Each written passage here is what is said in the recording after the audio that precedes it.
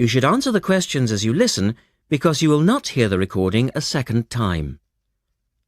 Listen carefully and answer questions 1 to 6.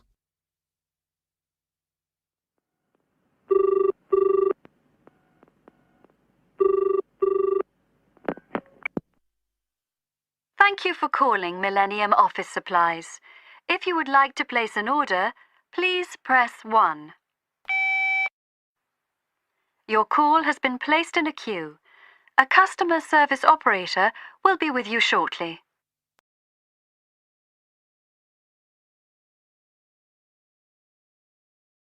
Gina speaking. How can I help you?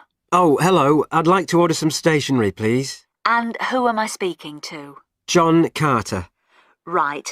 Can I just confirm your account number and the name of your company, John? Sure. The account number is 692411. 692411. Right. And you're from Rainbow Computers? No, the company is Rainbow Communications. Oh, OK. I'll just fix that on the system. Communications. And what would you like to order, John? Envelopes. We need a box of A4, that is, normal size envelopes. White, yellow or manila? We'll have the plain white, please. But the ones with the little windows. OK. One box, A4, white. Just the one box, was it? On second thoughts, make that 2 boxes. We go through heaps of envelopes. As a matter of interest, are they made from recycled paper? No, you can't get white recycled paper. The recycled ones are grey, and they're more expensive, actually. Right, we'll stick to white then. Something else, John? Yes, we need some coloured photocopy paper. What colours do you have? We've got purple, light blue, blue, light green, whatever you want, pretty much. There are 500 sheets to the pack. Right, let's see. We're going to need a lot of blue paper for our new price lists. So can you give us 10 packs, please? Make sure it's the light blue, though. 10 packs of the light blue. The woman asks the man if he needs anything else. To 10.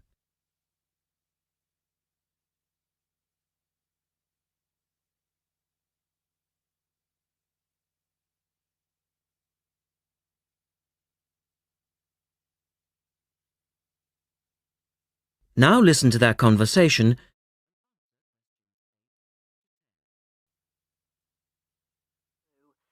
Anything else that we can help you with? Let me think. What else do we need? I'm sure there was something else.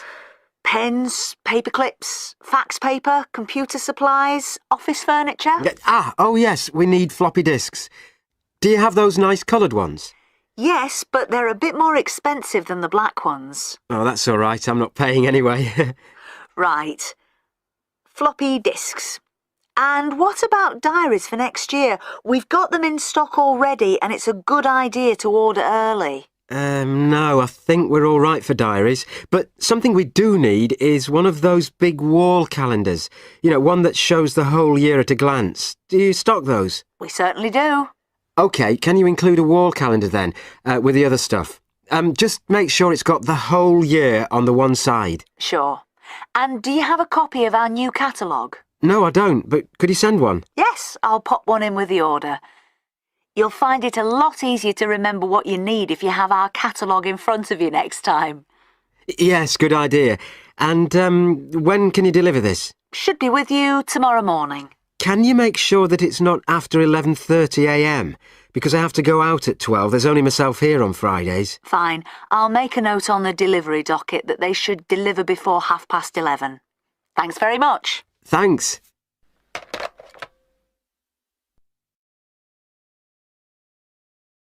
That is the end of part 1. You now have half a minute to check your answers.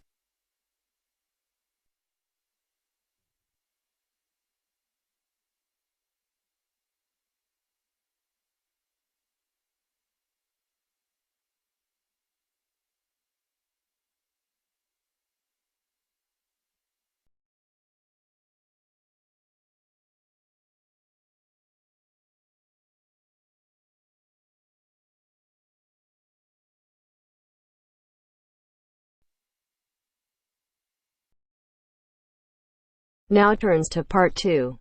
Part 2. You are going to hear a talk given by Madeline. She is going to introduce the recreational facilities on campus and in town.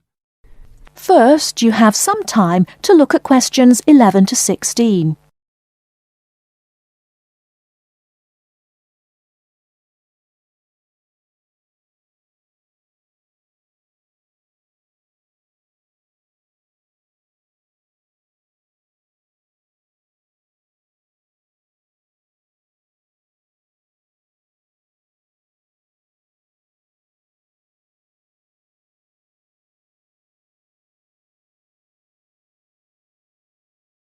Now, listen carefully and answer questions 11 to 16.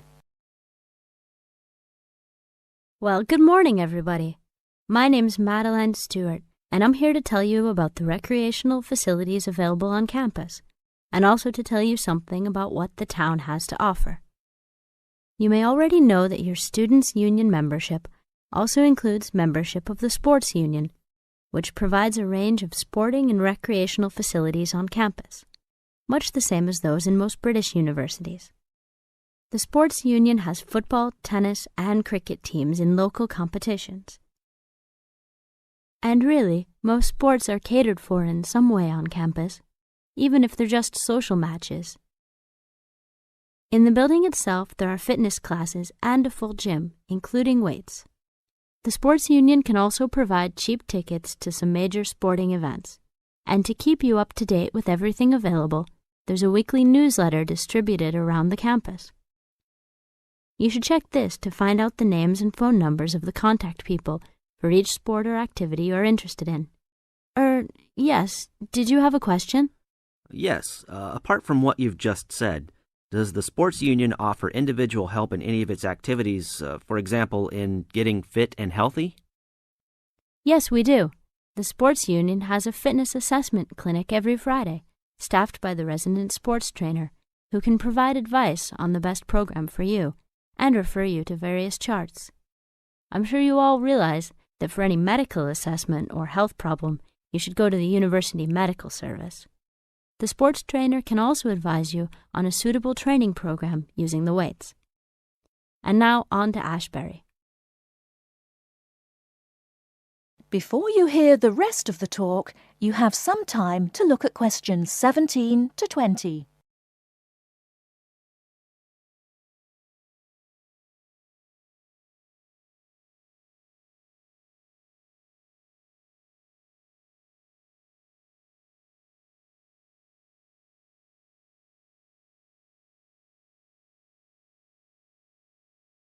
Now listen and answer questions 17 to 20.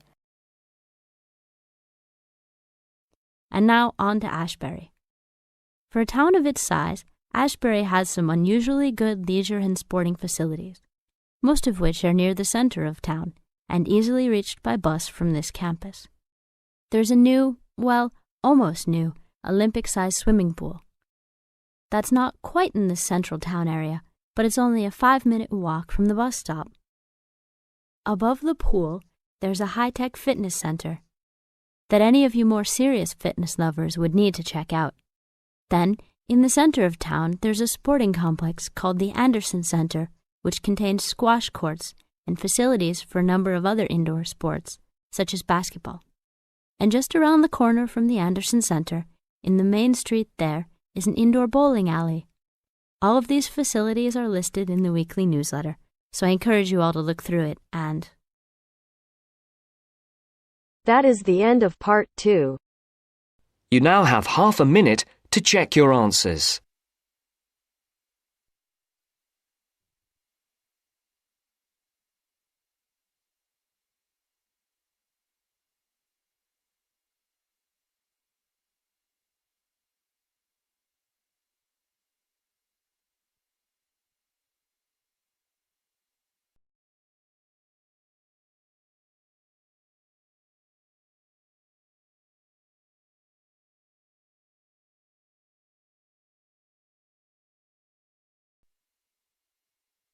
Now turns to Part 3.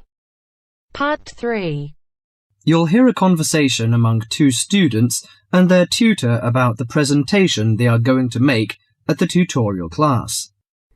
First, you have some time to look at questions 21 to 26.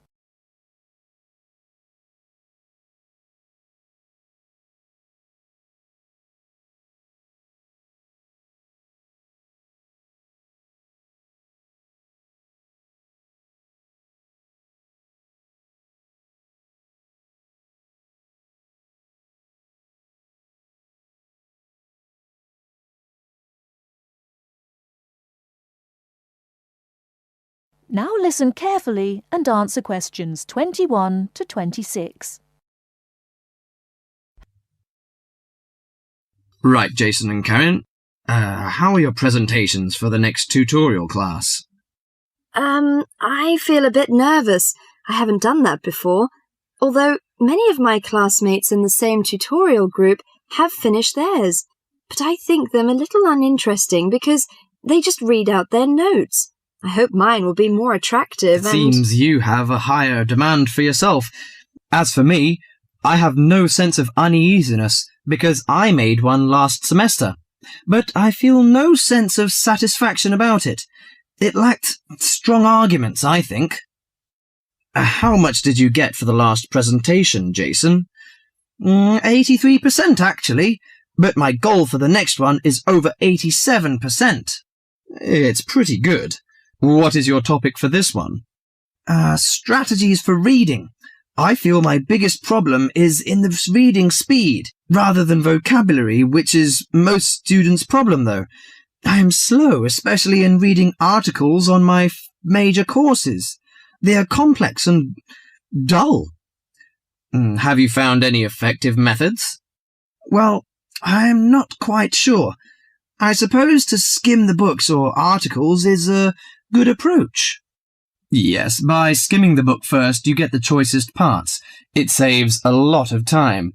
You don't have to read every word of the passage, but you have to learn to read certain parts intensively. Yes, I include that in my presentation. There is one thing I'm not clear yet. Why don't we make presentations more related to our major? Once you learn to write clearly, read analytically, and listen to lectures effectively, you'll begin professional tutorials. That means you should start from the basics. Well, Karen, how is your presentation? Before you hear the rest of the talk, you have some time to look at questions 27 to 30.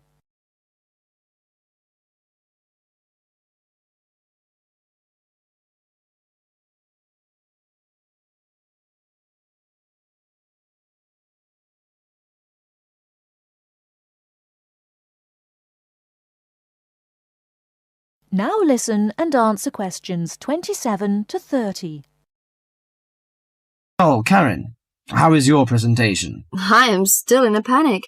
I want to find some more interesting topics about writing, but I wonder what articles I can refer to, because there are so many of them. Did you get the list of the reading materials handed out last class? Yes, but there are over 20 on it.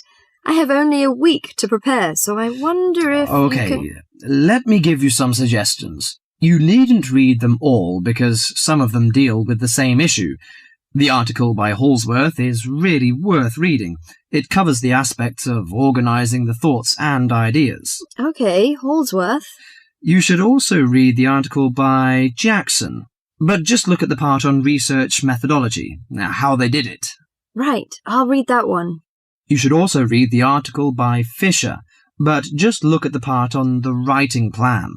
That is, how to plan your writing in a systematical way. Okay, Fisher, got that. And if you have time, the one by Risewell says very relevant things. It teaches how to title your articles and make it appealing. You should finish the whole book. Okay. Now, the one by Burns, if I were you, I wouldn't bother with the whole passage. Just read the conclusion, which summarises the use of rhetoric. Oh, now I understand. Thank you very much. That is the end of part 3. You now have half a minute to check your answers.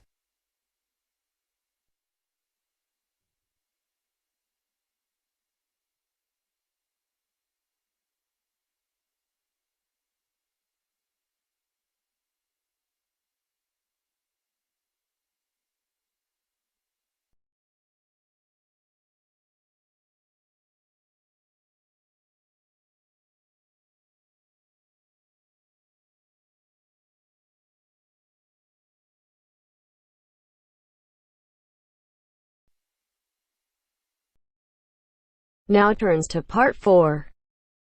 Part 4. You'll hear a programme on the city of Brisbane.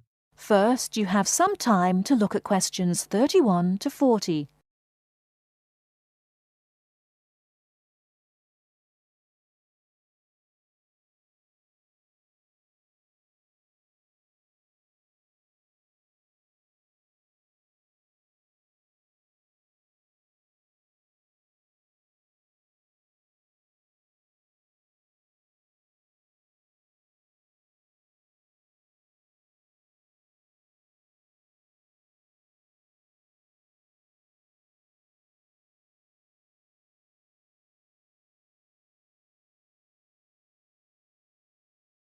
Now, listen carefully and answer questions 31 to 40.